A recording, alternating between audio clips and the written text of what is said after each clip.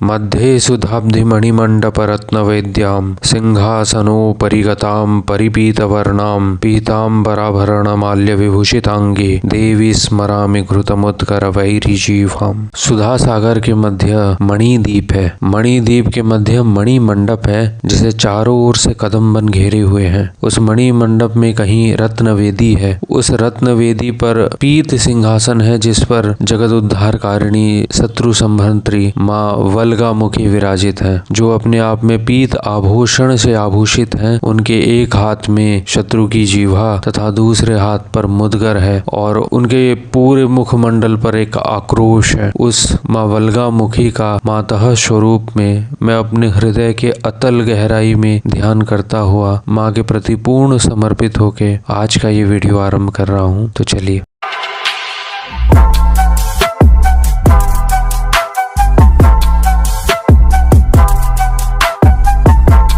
दशा एक निर्दिष्ट काल को सूचित करती है। उस निर्दिष्ट काल में आपकी क्या स्थिति रहेगी इसका अनुमान हम ज्योतिष के माध्यम से लगा सकते हैं। इसी हिसाब से दशा जो है एक बहुत ही महत्वपूर्ण एक चीज है और दशा फलित के कई नियम हैं। मैंने पहले भी कहा था कि ग्रह की स्थिति सिर्फ देख लेना कि वो उच्च में है, नीच में है, स्वक्षेत्री है, शत्रु क्षेत्री है और चार्ट में किन भाव पर बैठा है, सिर्फ इससे अगर हम दशा का अनुमान लगा ले तो ये बस मतलब मैं कहूँगा 30% ही है। बहुत से ऐसे मेथड्स दशा फलित में हैं, उन सब का यूज आज भी बहुत अच्छे ज्योतिषी करते हैं अपने दशा फलित में। तो आज हम ऐसे ही एक दशा फलित के नियम को जानने की कोशिश करेंगे। हालांकि मैं अगर अपनी राय दूं तो मैं कुछ ज्योतिषियों से मिला तो उनमें से मुझे एक ज्योतिष जो थे वो मेरे गुरु भाई थे। उनकी बात मुझे बहुत अच्छी लगी थी कि उन्होंने कहा था कि दशा को हर जो दशा पद्धति से चेक करना चाहिए। विंशोत्तरी से भी, अष्टोत्तरी से भी, योगिनी से भी आपको जितना ज्ञान हो उतने दशा पद्धति से, जैमिनी से भी आप हर दशा, चर दशा से, हर दशा से आप चेक कीजिए और देखिए कि क्या हर दशा में वही एक फल निकल कर आ रहा है। अगर ऐसा है तो वही फल आपको प्राप्त होगा। ये तो स्थूल रूप से बात हुई। इसके सूक्ष्म में अगर हम चले जाएं तो दशा में नक्षत्रों का प्रयोग होता है और कृष्णमूर्ति जी तो उससे भी आगे चले गए। वो नक्षत्र की डिग्री के सबलॉर्ड कप्स और भी आगे तक वो चले जाकर फलित करते थे। हालांकि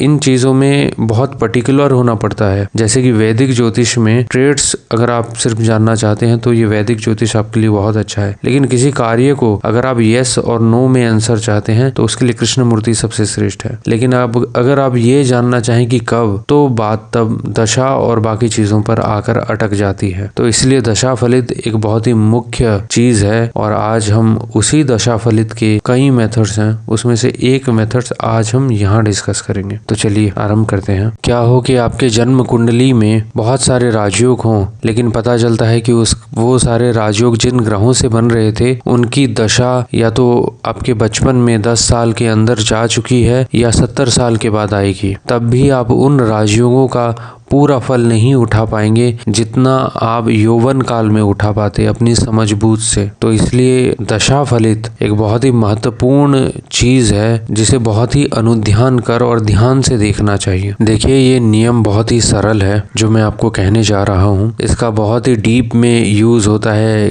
केपी में, कृष्णमूर्ति पद्धति में इसके सबलॉर्ड कस्प तक और भी डीप जाते हैं।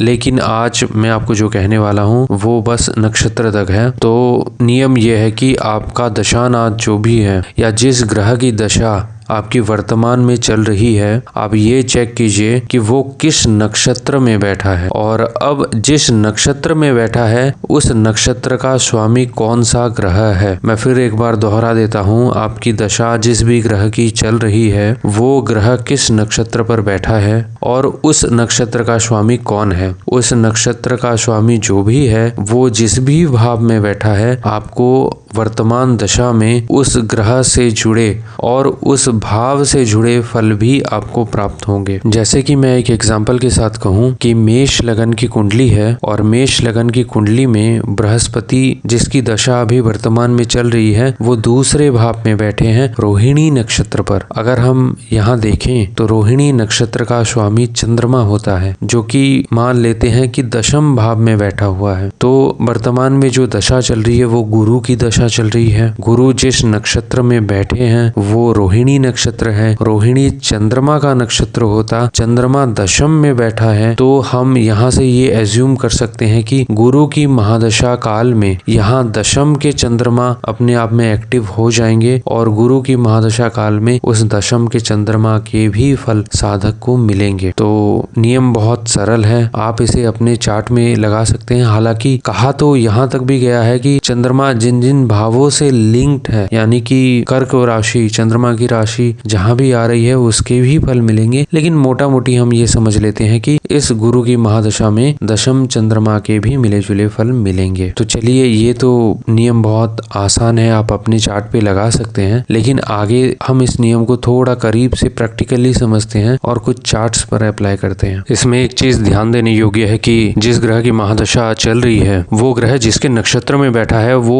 उस नक्षत्र में बैठकर किस लॉर्ड को एक्टिव कर रहा है। मान लीजिए चतुर्थ भाव का स्वामी अगर दशम भाव के स्वामी के नक्षत्र में बैठकर दशमेश को एक्टिव कर रहा है तो कहीं ना कहीं वो दशमेश केंद्र का लॉर्ड है और वो एक तरीके से सपोर्टिव ही है। लेकिन अगर चतुर्थ भाव का स्वामी अष्टमेश छठे भाव के स्वामी को या 12वें भाव के स्वामी को एक्टिव कर रहा है तो कहीं ना कहीं ये उस दशा के पक्ष में नहीं है या ये कहीं ना कहीं ठीक नहीं माना जाएगा। इसमें फलित में अंतर आ जाएगा। तो इन चीजों का जब भी आप फलित करें ध्यान दें कि जो ग्रह जिस ग्रह की दशा या अंतर्दशा चल रही है वो किस भाव के स्वामी को एक्टिव कर रहा है, उस भाव के कारकत्व, उस ग्रह के कारकत्व और उस लगन के हिसाब से लग्नेश का मित्र है या शत्रु है उस हिसाब से फलित अपने आप में बदलते रहेंगे। तो अब आगे बढ़ते हैं। आपके राशि में विराजित है और पंचम में राहु मेष राशि का, शुक्र छठे भाव में वृषभ राशि का, चंद्र बुध सूर्य और मंगल की युति चतुर्थ भाव में है और एकादश भाव में केतु